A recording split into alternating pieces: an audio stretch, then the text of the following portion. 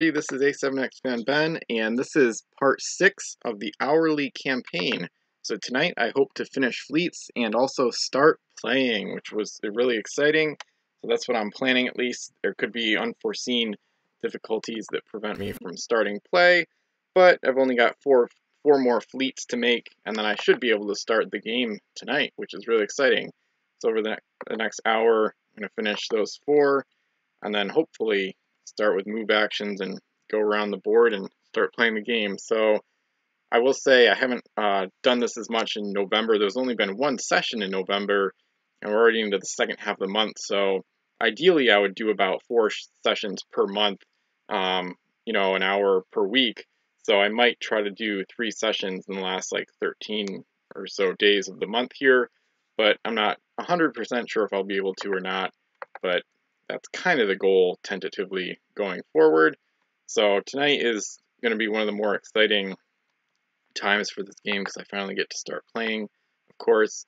At least I should be able to. So, alright, so I had a different stream had an issue at first, so the first try didn't really work. But anyway, so it looks like everything's working now. It's live on YouTube, so that's good. If anybody comments, I'll try to get to that, but sometimes I forget to check the comments stream on the YouTube live page. But anyway, so I've got 4 fleets left to submit basically. So just a reminder, factions begin 30 points to design a pure nationality fleet. Starting fleets may only contain game pieces from non-standard sets. And in this case, I'm pretty much going to use only customs from my fantasy custom set called Pirates of the Epic Seas. So those are pretty much going to be the only ones I use in the starting fleets, except for crew anyway. The ships are going to be from Epic Seas, as you may have already seen. So the Jade Rebellion is up first tonight. Looks like they're the 7th fleet to go out of the 10 fleets that I have participating in this game. And in Pirates of the Epic Seas, they get a lot of new 6-masted junks. I think they get at least 10 new ones. But that being said, they only have 30 points to start. So I'm not sure. They probably won't use any of those, but I might look through some of them here. So the Grand Voyage, that one is actually pretty interesting. Only dog loading around. Oh, that's going to be tough though, because you'd have to have an explorer. So that one is going to be tough to use. I'm probably going to go with a couple smaller ships for the Jades here. Probably a few mid-sized junks, or 2 and 3 masters anyway. Seeing the Bangor has 5 cargo L speed. So that one's not a bad option. The Sea Panda is a nice, pretty cheap junk for 5 cargo. Solid cannons. No extra abilities, but that's kind of what I'm looking for. Kind of a simple ship. Oriental Star, that's kind of an old one at this point. I like that one a lot though. So I might use that one. I think I'll start with the Sea Panda. I'm looking forward to start playing, so I'm just going to throw some ships out there. Not without any thought, but it's pretty simple, just picking some decent Gold Runner hybrid type ships for the starting fleets. Might as well just get them out there. So Sea Panda, and hopefully eventually in this game I hope to use a lot of my custom ships. So I'm not really concerned too much with what's in the starting fleets, and they're not completely optimized, but that's kind of on purpose. And I also don't really have many overpowered customs, so okay, at least I shouldn't. We'll see. This game will kind of be a test of my customs. See, some of them will probably be overpriced, but anyway. Alright, so I guess I remember the faction number correctly. Faction number 6 in the Vassal module is the Jade Rebellion. You can find a link in the description below. It's my fan site where you can learn about Vassal and find links to download the module and everything. So if you want to check that out, you can see the description. And I'm going to give the Sea Panda Helmsman, so then she can move 3S and have 4 cargo still available. So Helmsman for 2 points. So that's that. So the Sea Panda is set up. So that's 15 total points, so they still have 15 left. Half their total. Sea Song is pretty good. I don't really want a gold bonus ability in the starting fleet, though. The River Crystal is cool. I don't know if I'm going to have points to add something else, though, so I got a budget here. The River Crystal gets plus up to her base move when she's within S of land, basically. So that's a cool one. I'd still want to have a Helmsman, though. But then I might get the Sea Lily. So I only have 1 point left, so I wouldn't have enough for helmsman. And I'm not seeing any 4-point ships here. Actually, Princess Changying, I might actually try her. She's linked to a different ship though, so maybe not. I do like using ships or crew on their linked ships, so maybe I'll do the Tiger Lily. Then they would have a non-junk in there as well. Let me see if they've got an 8-point ship, an 8-point junk here. 2-master, it doesn't look like it. Okay, let me just peek around real quick. Nope, goes back to their bigger ships. So I'm thinking about Tiger Lily empty, and then I really like the River Crystal, so I think I'm gonna try her out. And then put an Explorer probably on the Sea Panda because she's the fastest. She's gonna be the fastest ship out there for the Jades, and therefore she might go towards that island a little bit over there. So I might rotate a tiny bit here. Okay.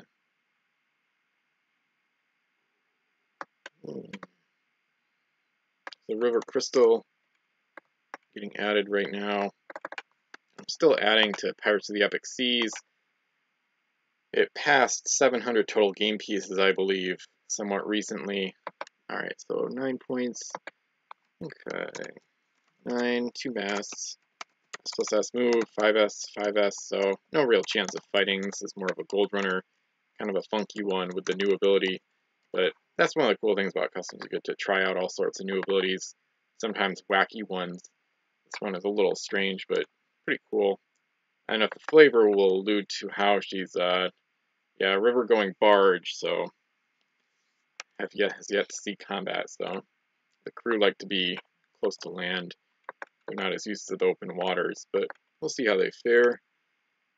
Alright, so that ship's probably going to be empty, especially with the ability that will help her go a little faster around islands. That'd be a good ship to make a lot of short trips with, because then she'd be within S of an island quite often. If she was making a lot of short gold runs to like a wild island close to their home island. So they might try to get some kind of system going with that eventually. We'll see. And then Tiger Lily will be their final ship here. So 3 cargo ship keyword. Just a 5-point basic 1-master. Hopefully she's not too cheap. 3S cannon. Okay.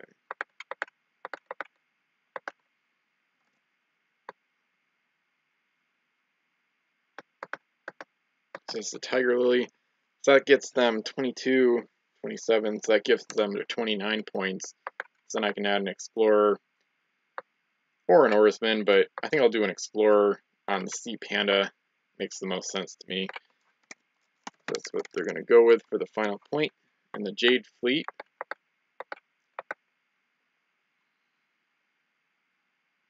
Alright, so that's 30 points, and the Jade Rebellion fleet is done. And next we're on to the Spanish.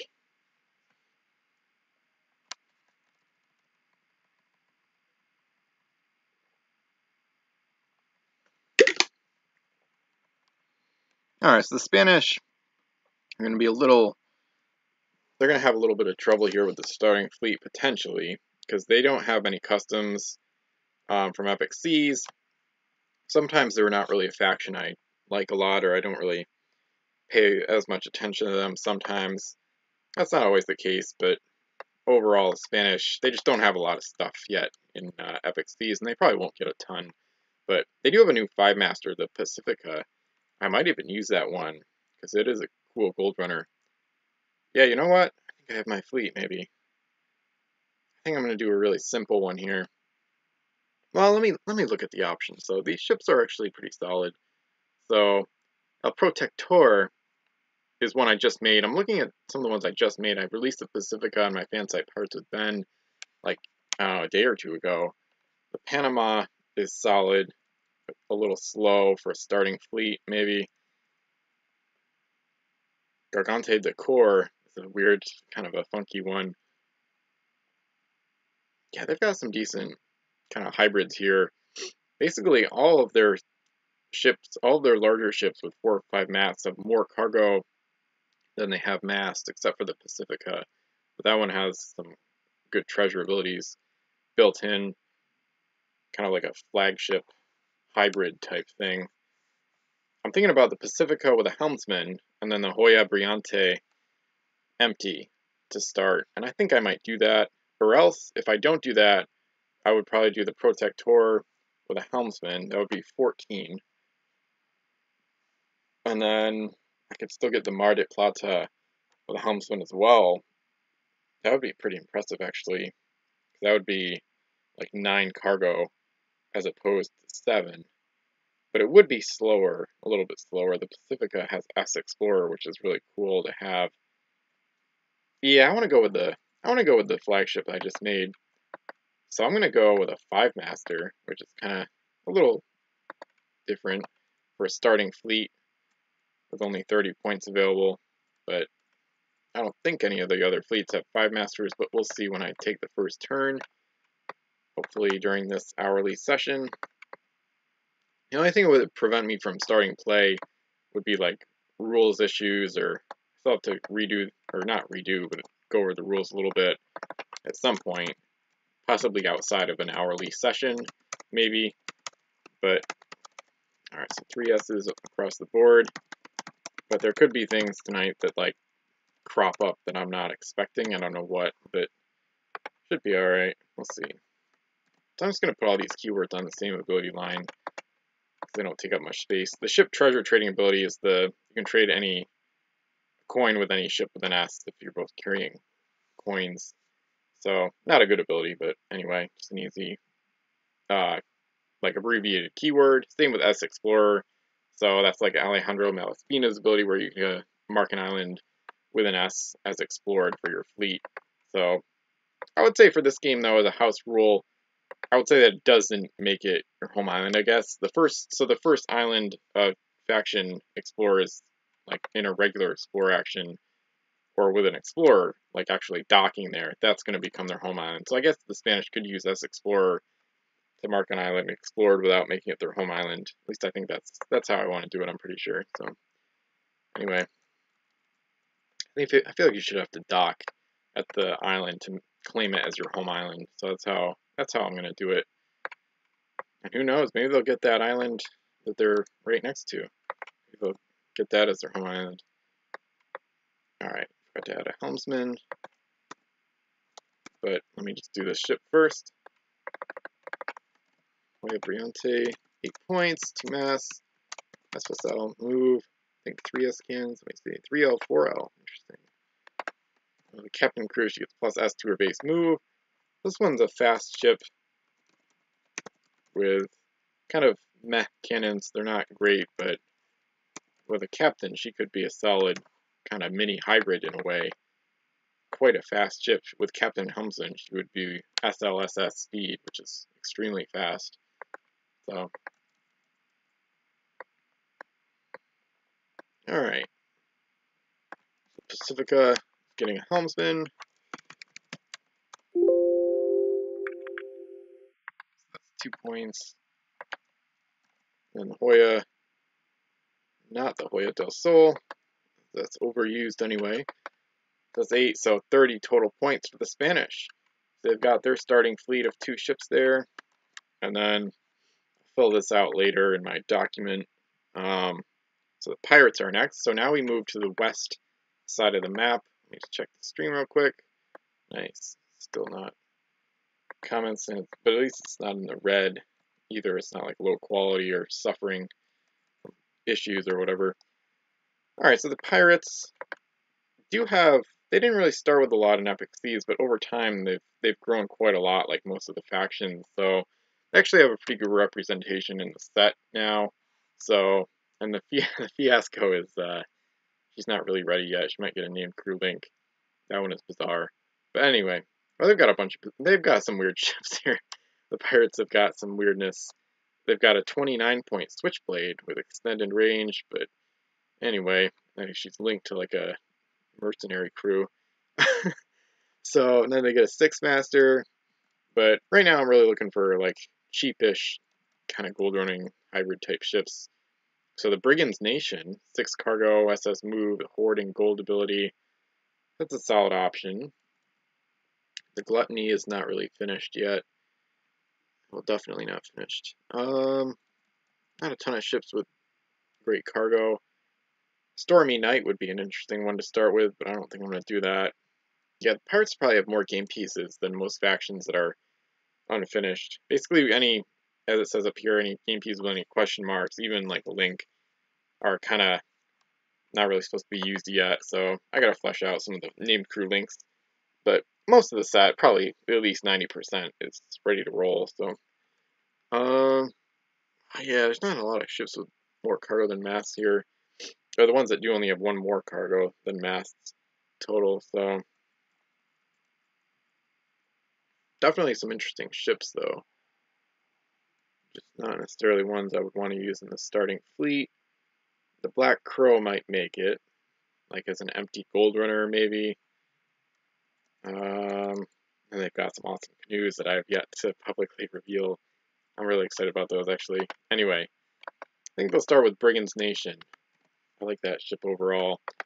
Read the flavor text. This large vessel is a diverse group of merry pirates who prioritize theft above all else. Over their distinguished careers, they've become quite skilled in the many aspects of seafaring. So, kind of a decent, balanced hybrid. Not great cannons, but serviceable. So, I think it's a fitting ship for the pirate nation, pirate faction to start with. The Brigand's Nation is going to be their first ship, and their main ship to start. The cannons were kind of strange, a little bit weird. 4L, 4L, and then 3S, 3S. 6 cargo, which is the main attraction here. That's what I'm after. Cargo and decent speed for a fair cost. And the Hoarding Gold ability. Sometimes I call it Hoarding Gold, sometimes Hoard. Alright. And eventually I'm going to move the faction starting location markers away. Even on the second turn I might move some of them away, but we'll see.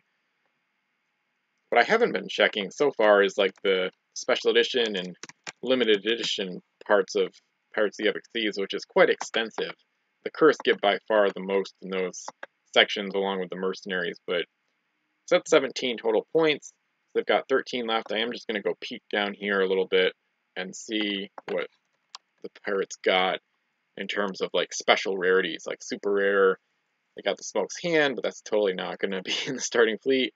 The Tempest is another massive 5-masted flagship. Limited editions, there's not much at all. There's a few ships from Dead Men Tell No Tales customs I made from that movie, but yeah, the Dying Gull is actually an option, but I think I'd rather try to use some of this other stuff up here. So the Black Crow is an option. I haven't really been looking at name crew because a lot of them are expensive in this set, or they're just not that practical. Might actually go with a weird one though. That actually sounds really fun. I think I'm going to use this. So this is a weird crew I made, the Lost Genie of Arabia. So, an ancient entity found recently by a pirate fleet, this powerful being does not answer the whims of its masters as much as they would like. So it's got the extra action ability like on a 5 or 6, which is usually 5 points, but about 50% of the time the nationality changes. So they won't be able to use it unless they had a ship. This would be a good crew to put on like the Grand Barnacle. That would kind of break the crew maybe. Maybe I should make it 4 points, but I'll keep it at 3 for now. That's actually pretty risky. I don't know. I think the reason that I'm going with that, and I think I'm going to put that on the Brigand's Nation, is because their other ship is just going to be the Black Crow empty. That's 27 points total. So then they might as well just use this weird name crew.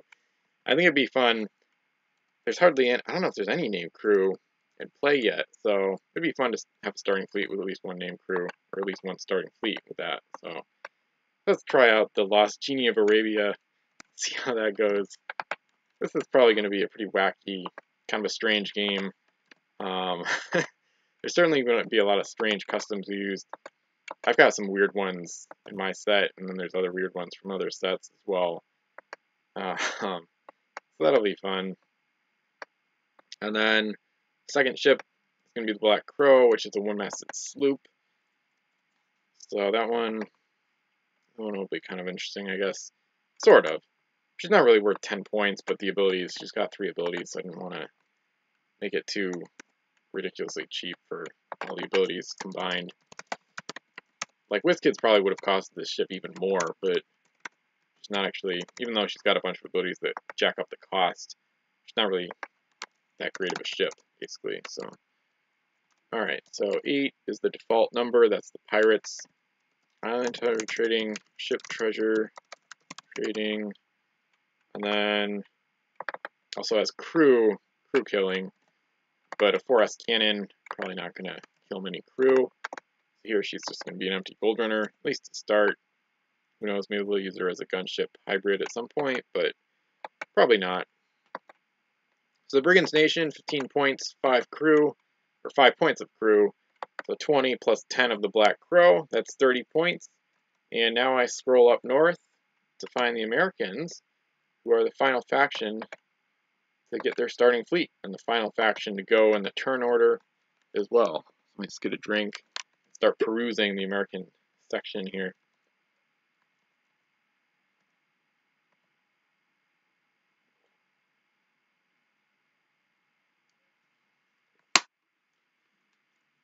Americans have quite a bunch of interesting customs, kind of weird ones.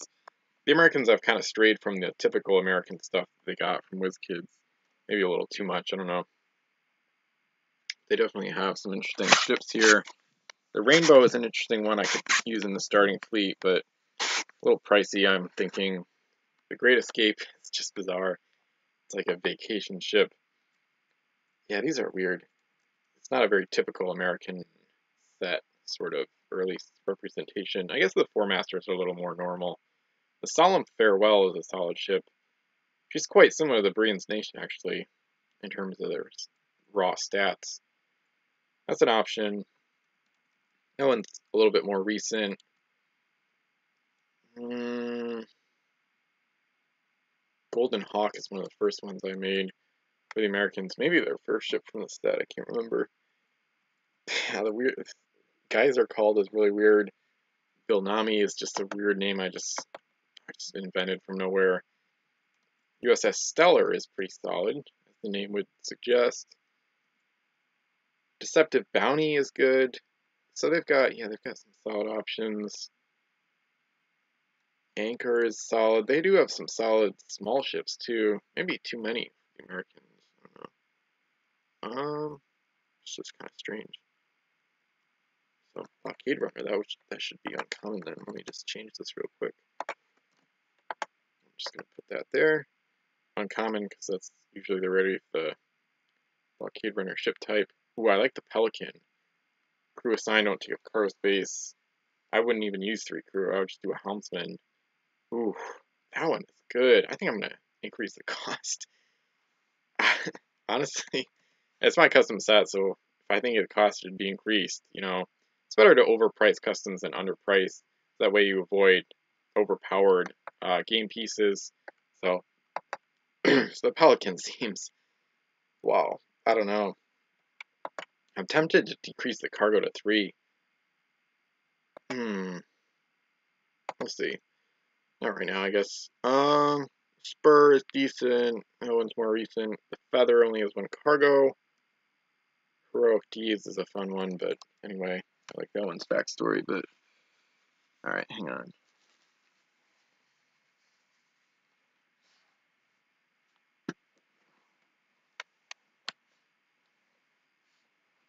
Okay, so alright, sorry about the delay. Anyway, so I'm thinking this might be tougher than some of the other factions. Solemn Farewell is a solid option. Pirates just went with something similar though, so I think the Americans are going to do kind of something a little funky for them, do a little bit of a swarm type idea. USS Stellar is an option.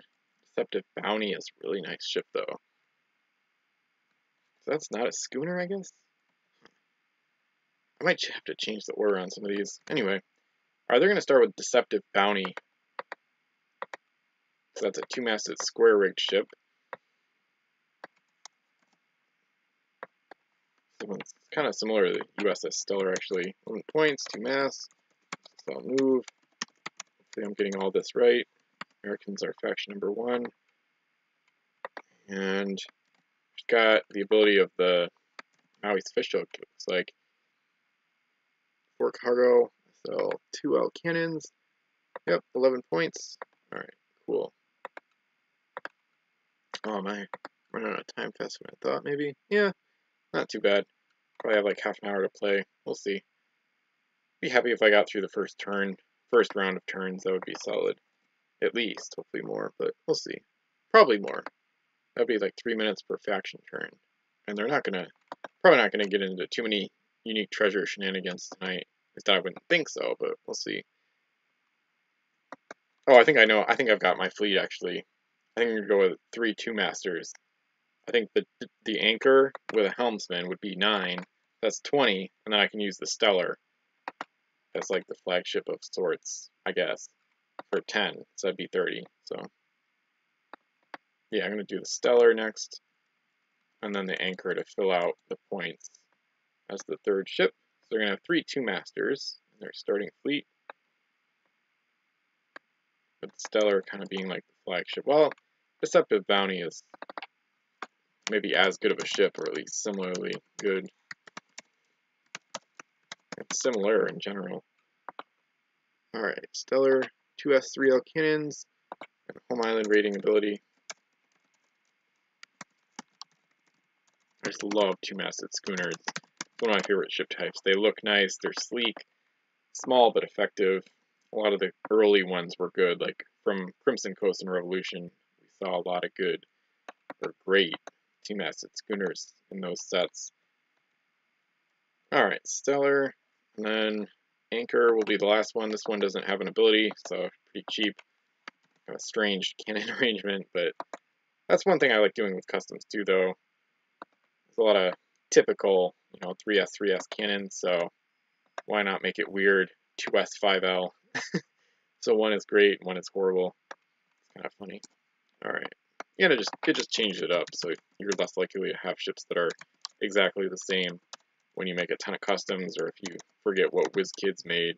So I've got some really weird ships with like bizarre cannon arrangements in this set. But alright, so this one, SS Move, for cargo. It's going to be 3 after I add the helmsman, but that's the anchor. Pretty simple ship. Could be a decent name for a flotilla too, I would think, or something like that. Alright, the Americans are just going to have 1 crew in their starting fleet. 2-point helmsman. That's 9. That's 21. It's 30. So I'm about ready to start. It's exciting.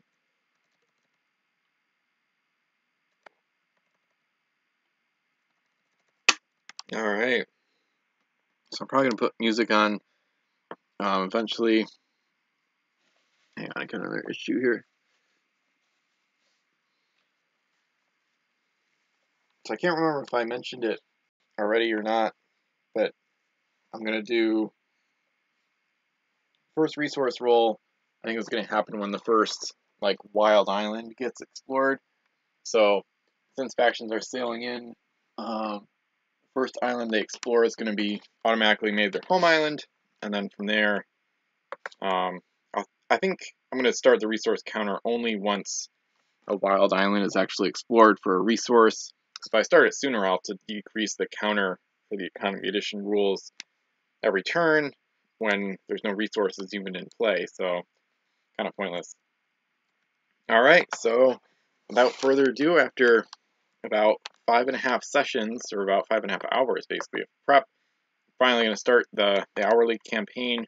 I will say some campaigns would need more prep than that. This is a solo Vassal game, so I don't need to round up players or do a physical setup, so if you're thinking about playing a campaign game, I would actually budget more time than that, especially if it's your first one. I've got my guide to huge games, which is a post on Pirates of Ben now, or a page, I think. Anyway, so, and then it's still a thread on miniature training, but maybe not for much longer, we'll see. Alright, so the French are the first to go, so I'm going clockwise from upper left. So the French are the first ones to go, so I gotta remember what ships they have. Hugh here, the Knight Jewel has SS move, and then plus S.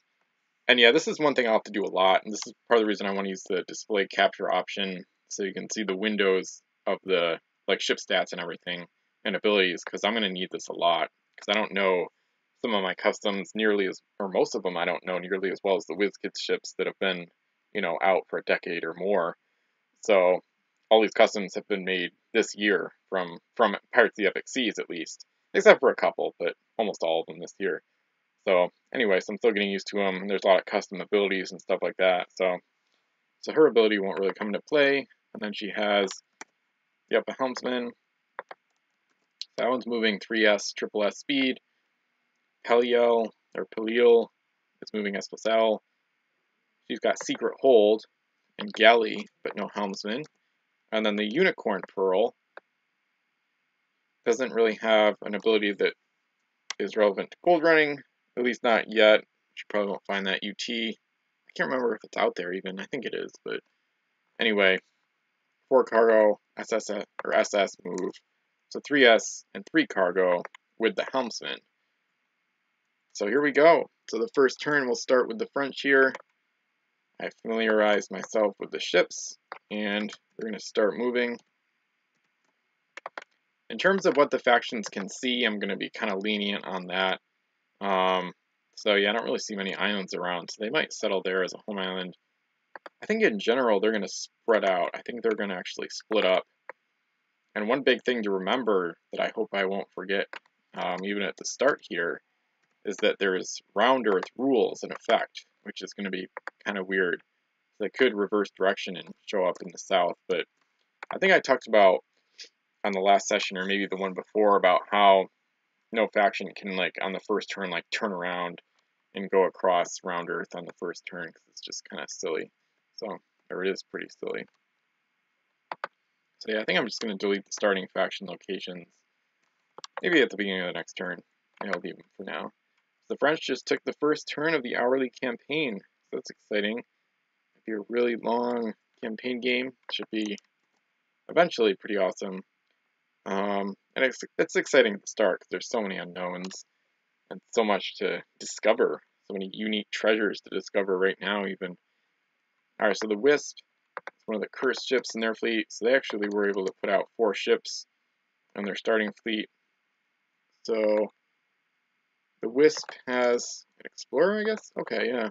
Maybe they'll get a home island right now then. Huh. Oh, the Wisp is supposed to be a 1-master though.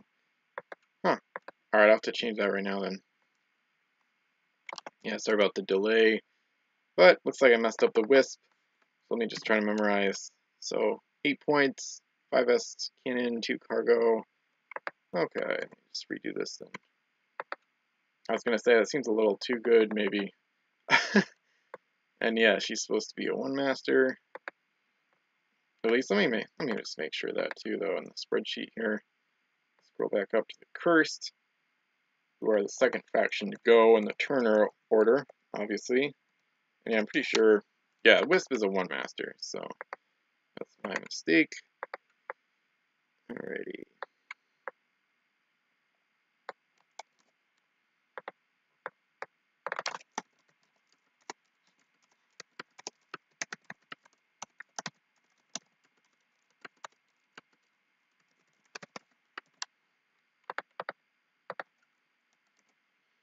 Alrighty.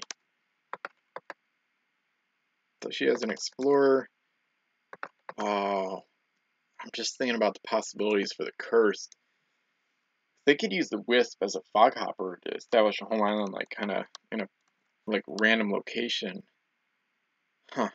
But they'd still like this main island right here, because the whirlpool, the cursed are known for their whirlpool attacks. Let me just zoom out a little bit. They can't see all over the map, but alright. They got a couple islands there. A bunch of fog, which would be really nice. I think the cursed are going to try to establish a home island in the far north right here, actually. And I think they're going to do it immediately. Or, oh, yeah, it looks like they can get there.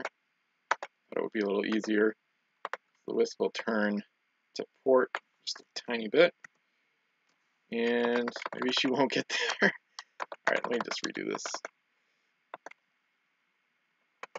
It looks like they could dock and explore the island, but let's see. Yeah, that's good enough. That's alright.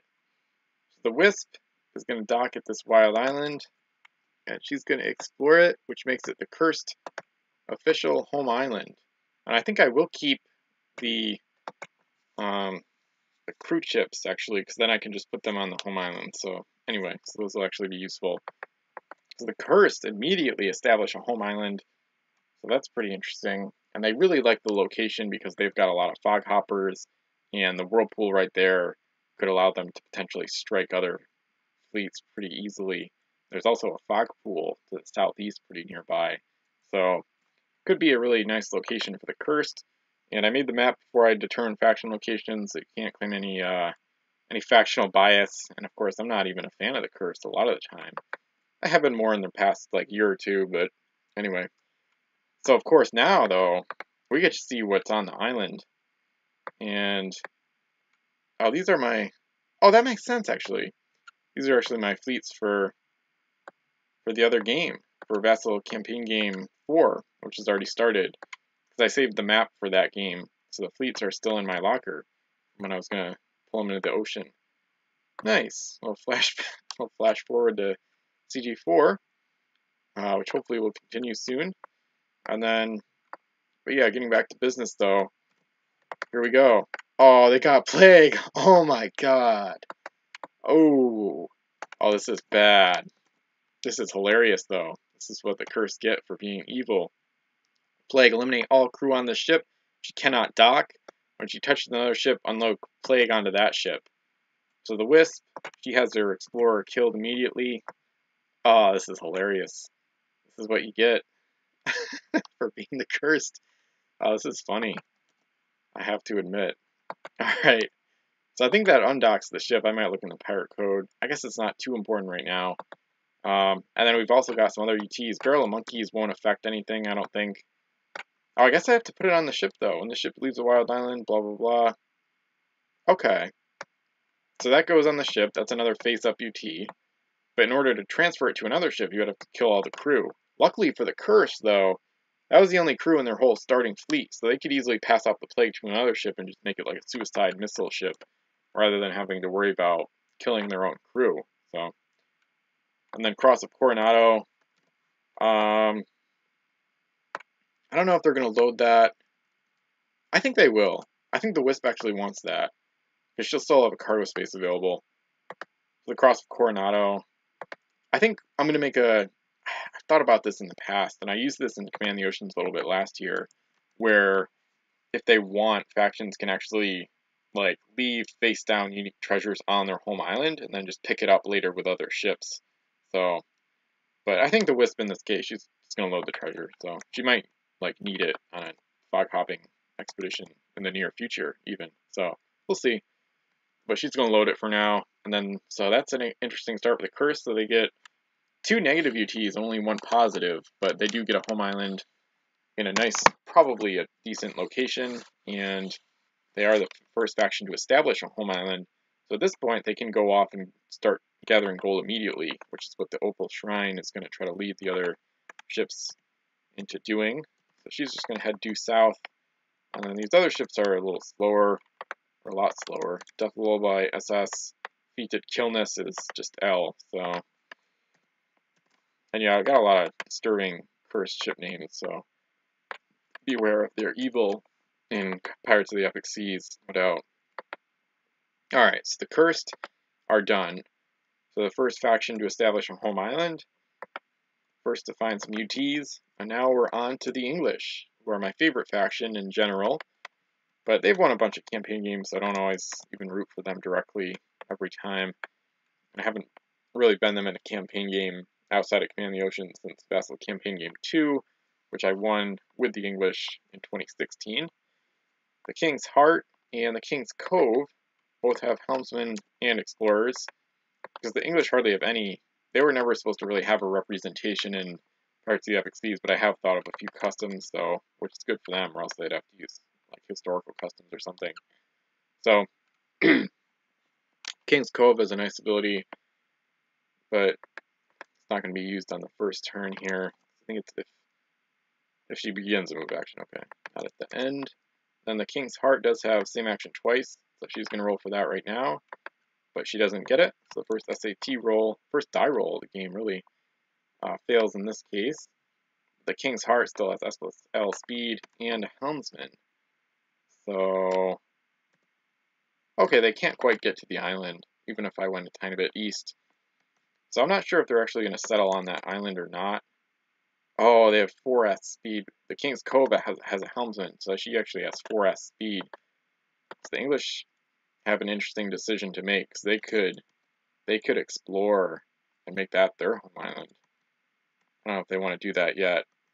And yeah, I'm going to be kind of lenient on looking around the map. Not that factions can see the whole map, but the English, maybe from the crow's nest, they can spot these other 3 islands here in the vicinity, which makes them kind of like this island in the northeast here. They might want to settle as their home island there. And looking a little bit farther south, looks a little iffy, and you might have competition. So it is kind of close to the curse, but it's still a decent distance away. I think the English might go for this as their home island. Let me see here. Assuming they can make it. The King's Cove is very fast, so they're definitely, well, let's make sure I get this right. Oops. Sometimes when you right click, it'll move a ship like a tiny bit when you don't intend it to. Alright, King's Cove is docked, and English are going to make this their home island by exploring it. The English and the Curse get home islands on their first turn, with the islands right in their vicinity. What do they got? Letter of Marque, Rum, and Knights of Malta banner. Okay, so a pretty mild mix of UTs, nothing too crazy. So Rum is going to be funny. That one's going to be that's going to be unloaded quickly. Alright, so that's kind of awkward, but that's fine. So Knights of Malta banner. So if loaded by an English ship, 1 gold for every mass that ship eliminates while Knights of Malta banner is aboard. I think that's one that she's going to leave on the island. I think I'm going to be pretty lenient on home island UT, like, dumping, essentially. So, and yes, it's a flag with, like, special properties, so I don't really have any problem just, like, leaving it on the island. But Rum is more important, so Rum comes aboard. The Rum is worth 6 minus crew, so I'm going to put a 4 on the ship, kind of like on top of Rum a little bit. So the King's Cove, actually I'm going to put it there. So the King's Cove can't move away and redock to unload the 4 gold next turn, but she will the turn after that. And then I guess she'll load the letter. Well, I don't know about that. Dock at any home island, repair actions. I think the King's Heart will probably want that one and the Knights of Malta banner. So she's going to keep both UTs on the island, the other face-up UTs. And that finishes the English first turn, so they get a home island, just like the Curse. They sail pretty much due south and explore and settle the first island they discover.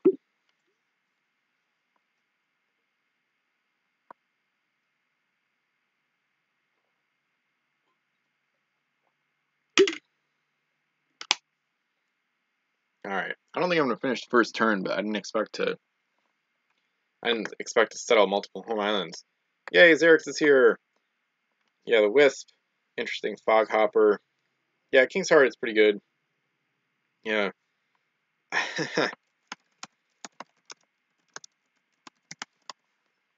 Alright. It's good to have somebody on here. Yeah, there's only about 16 minutes left. About 44 minutes in. Thought I was going to finish the first turn, but 2 home islands already explored. So I don't think I'm going to get through all of it, which is fine. So the Khartoum has, it's like Helmsman and Explorer, like I said in a previous episode. It's tough to grab crew from the right side sometimes, but anyway. Well, the Vikings definitely are not going to reach any islands, so they're going to be going due west for the most part. Frost, no crew on that one, so LS and S+S speed. So that's the Vikings. That was quick. Yeah, who knows? Maybe I will finish the first turn. I don't know. If no other home islands are explored, I guess I could finish it. But now it's Eric's here. I want to check the stream as well. So, all right. So the Dutch are up next. So that's a custom historical faction I created, mostly for the World and Caribbean games. But with those on hold for now, here they are in the hourly campaign as well, and they're in CG4 as well. Pirate Age 14 has them in that game. And the Brayak is the only one with a crew. So these other ones are just going to move their regular base moves.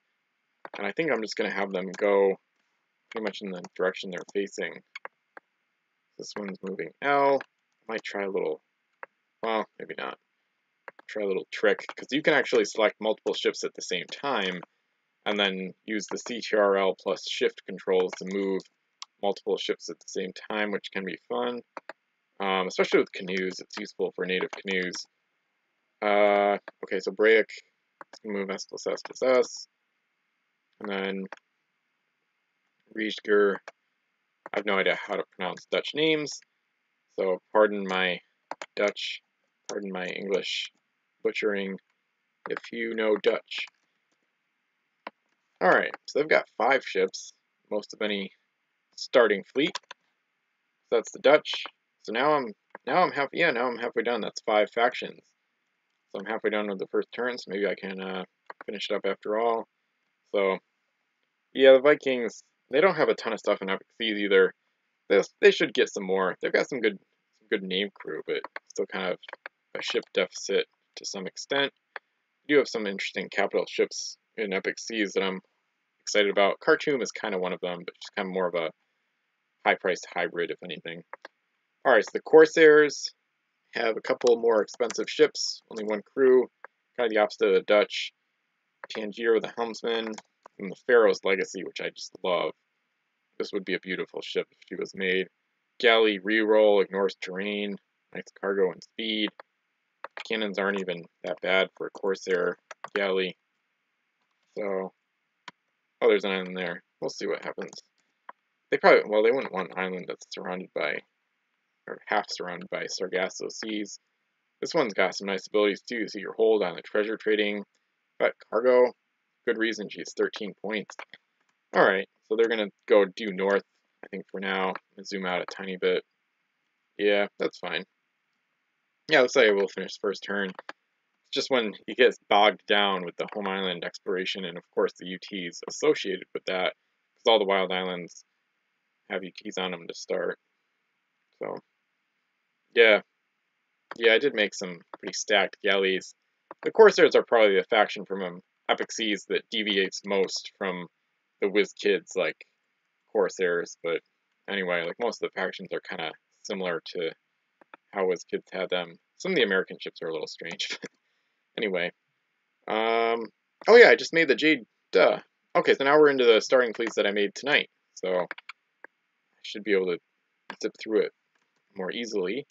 So the Sea Panda is checking out that island, but they really don't want to have a home island that's got a reef like attached to it. That sounds like a bad idea. Unfortunately, the island to the west also has a reef right there, so the River Crystal gets plus S through base move when she's within S of land, but she's not. So, wow, so they're pretty slow actually. Jades are kind of slow going at the start, but that's alright.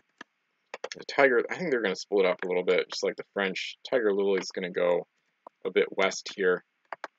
It is kind of weird out of Cursed.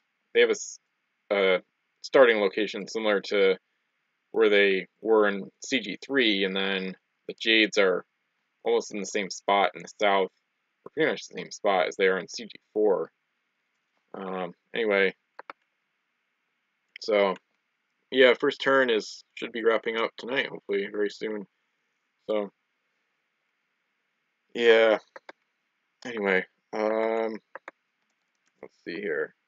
I remember a weird like conglomerate alliance had a bad home island location in the Risk game from 2012, but that was because it was like in the Pacific. It was weird. Anyway, it was like had terrain around it, or around part of it. So the Spanish, I just made their starting fleet tonight as well, using the Pacifica, which is one of my newest customs. So you just got Secret Hold, S Explorer, and Ship Treasure Trading, SS Move with a Helmsman. So they've got, okay, so this is another home island exploration potentially. Alright, I'm gonna zoom out. It's not gonna be like Command the Ocean where you discover stuff as factions see it. Kind of get a little better visibility on this map, I guess, for better or worse, even though it's probably bigger than any Command the Oceans, even the combined 3 oceans. So yeah, the Spanish can see a little bit. This is a tough one. I don't think they want to settle for that island. There's at least one wild island quite close, but I think the Spanish might look around a bit. And I think the key is, and Derek's, I didn't hear this earlier, but I'm ruling that the S Explorer ability does not count as establishing the home island, because I think you should have to dock at and explore a wild island to claim it as your home island. So the Spanish might actually take advantage of the S Explorer ability right now even, and mark this as explored without claiming it as a home island. So I think that's probably what they're going to do. So, all right. So I'll check the stream in a second. Let me just get the token out. So the Spanish, either yellow is fine, I guess. Yeah, whatever. All right, so the Spanish sort of explore an island in a way. On the Hoya Briante is going to follow. So, well, no, that's a tough one. I think she's going to strike off on her own. There's so much area to cover. They want to try to find a better home island location. Maybe they'll even settle on this one. Whoops, I was trying to highlight the coins. But if they come back to it, they're gonna find some other stuff first and check out the surrounding area. So yeah, the Pacifica is a decent. She's kind of like a flagship hybrid. It's kind of a weird one. She's 20 points, so it's not cheap. All 3S cannons. So anyway, and yeah, the Jade should be fine. So yeah, the Spanish, they wanna explore a bit. They're not gonna settle quite yet. So we'll see. And then off to the Pirates, who have, all right, so the Pirates, I guess they've got the only named crew, and there was a situation where they had 3 points left over, essentially. So using the Lost Genie of Arabia, the extra action named crew whose nationality changes. So, so I guess this is a weird one where I guess you should roll for the nationality before rolling for the extra action. So I'm going to do that. All right, so it stays pirate. So the Lost Genie stays pirate. So now I'll roll for extra action, which is also a 1. So they didn't get it anyway. Man, this looks like another tough decision. The Brigands Nation is probably within triple S of that island, so they could explore it, make it their home island. I'm trying to think about what the Pirates would want to do here.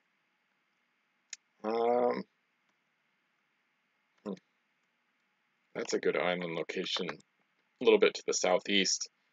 I do like that. It'd be interesting to have the Pirates on the edge of round Earth. That would be fun, though. I think if they can reach the island, they might go for it. But anyway, yeah, the Genie of Arabia is a weird one. I was thinking, though, you might be able to exploit that crew on a ship like the Grand Barnacle, because then the nationality change wouldn't matter. So I think I might make it 4 points, but I don't know yet. Because you could basically like make the ability relevant with the crew of any nationality ability. All right, so I don't think the Brigands Nation can get to the island after all. So maybe not quite. The bow wouldn't touch there. So I'm gonna undo 2 segments eventually. And I don't know. I'm not really sure. That makes me have some doubts. I don't know if they're gonna bother settling at that island yet. So maybe this ship can dock there, but if she can't explore it this turn, they won't have a home island this turn, and therefore they might want to. That kind of gives me the idea of maybe striking off a little bit more east or southeast. They can kind of see this island. I like that one. Spanish might like that one too. And yeah, they don't really want to go right by the shipwreck, even though it has gold on it. That island is kind of a weird location. Anyway, all right, so I guess that leads me up north to the Americans, the final faction. So, yeah, it would be interesting. I didn't actually have the crew, like, flip around on ships, though. That would be an interesting house rule to implement. The Lost Genie just says the nationality changes. So, but then if the ship is captured, this crew changes the nationality to match the faction of the capturing ship. So I could make it even more interesting and have him go to one of that faction's ships. Maybe I'll do that. And that would be pretty crazy. Might have to try that out. We'll see. So the Americans are the final faction. There is an island in the right to the south of them they could try out, but I don't think that's connected. No, okay. That doesn't have like a, it's not connected to the same island on another side, on the east side of the map. Anyway, I think the Americans are going to split up. They've got 3 ships and they're all S+L or faster. The Anchor is actually their fastest ship because she has the helmsman. That was probably a mistake, but well, that doesn't really matter actually. They're all just kind of equal gold runners at the start. So yeah, I think they're gonna go in like completely opposite directions and just kind of see who gets to the best location first. All right, so 3 S's for the Anchor. Alrighty. There's only about 3.5 minutes left, but I guess I'll probably start the second turn. Might as well. That's fine. So turn 2, I'll try to keep track of the turns, but yeah, I really would like to do that. Anyway, I might have to get a spreadsheet up. Maybe I'll just make a note right now. Maybe I'll make it at the end of the document. That'll be easy to find. So turn number 2. And then in parentheses, I'll put the faction that I'm on. It's almost time for the stream to be up. I was going to put music on, but especially with Derek's trying to have talked over pretty much the whole time. So that's fine. Especially, that makes a lot of sense given that this is the first session of play. So, alright, let me make sure I get through the French turn. Got ships. None of these have explorers. But if they want to explore this island and claim it, they have to realize, wow, there is not much around here. I don't like this. The French aren't really liking their position here. They've got a weird whirlpool surrounded by reefs, an island surrounded by fog, pretty much. This is not a lucrative area, I guess. It's got some stuff, but probably not a very suitable location. So they're pretty much just gonna keep going. So that's probably not a good home island location. Considering Round Earth, there are some places in the south they could go to, but really only one island that's close over there. So we're going to continue for now.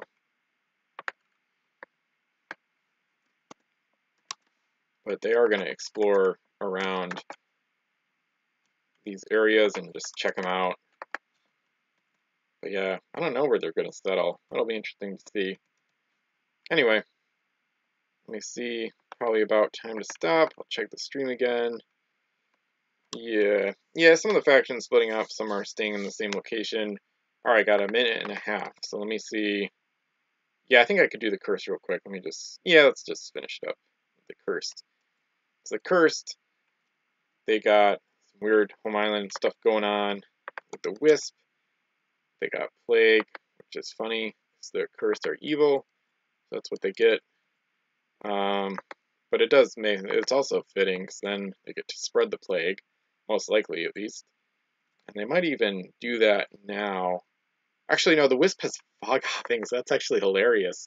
Because she could infect another crew pretty quickly with fog hopping. And then Galley prevents her from being pinned. So the Wisp is actually maybe the game's greatest weapon here in the first, turn. This is pretty funny. Or in the first, couple turns. This is going to be pretty amusing. Then she's got Barrel of Monkeys, but that's not relevant yet. Alright, I gotta finish their turn. Pretty much out of time here. Alright, so the Cursed were the first to establish a home island. I think the Wisp is gonna go straight into a fog bank. This might get crazy in a hurry with the Cursed. Or maybe not crazy, but They might be able to cover a lot of ground by hopping around. But, whoops, so they got 3 S's with the Opal Shrine. And then Death Lullaby is just S plus S. Undefeated Killness is just L. So they're going to split up big time. With a home island, now they're looking for resources and gold. So maybe the Feud Killness will even take the Whirlpool. Probably not, though. Without Norseman, she could be dead in the water coming back if she doesn't roll well. So probably not. Alright, so that wraps this up. Thanks for watching. I'll stay on the stream for a second to see Xerix. Yeah, the French might... Yeah, the French... I don't know, that northwest area just doesn't look very lucrative at all. They didn't really want to make that their home island, so... Yeah, the Wisp is either probably gonna try to find islands for the most part, but then she's got Plague to potentially infect another fleet with, so things might get, the curse might make enemies quickly, I don't know, let's see, where they got the Plague, so all of a sudden that's a weapon, so, Hangman's Joke and the Howl, yeah, exactly, yeah, hopefully they'll get those into play as well. Alright, so that wraps up part 6 of the hourly campaign, thanks for watching, leave off on the English for now, finish the first turn, and the next, 1/5 or 2/10 of the next turn. So it's good. It's great to start playing. And like I said, this is only the second session of the month, and there should be about approximately 4 sessions per month if I do an hour per week. So the goal is to finish 2 more sessions by the end of the month. So I might play. It'd be good to play a bunch at the beginning here, get things off to a nice start. So anyway, thanks for watching, and that's it for part 6 of the hourly campaign.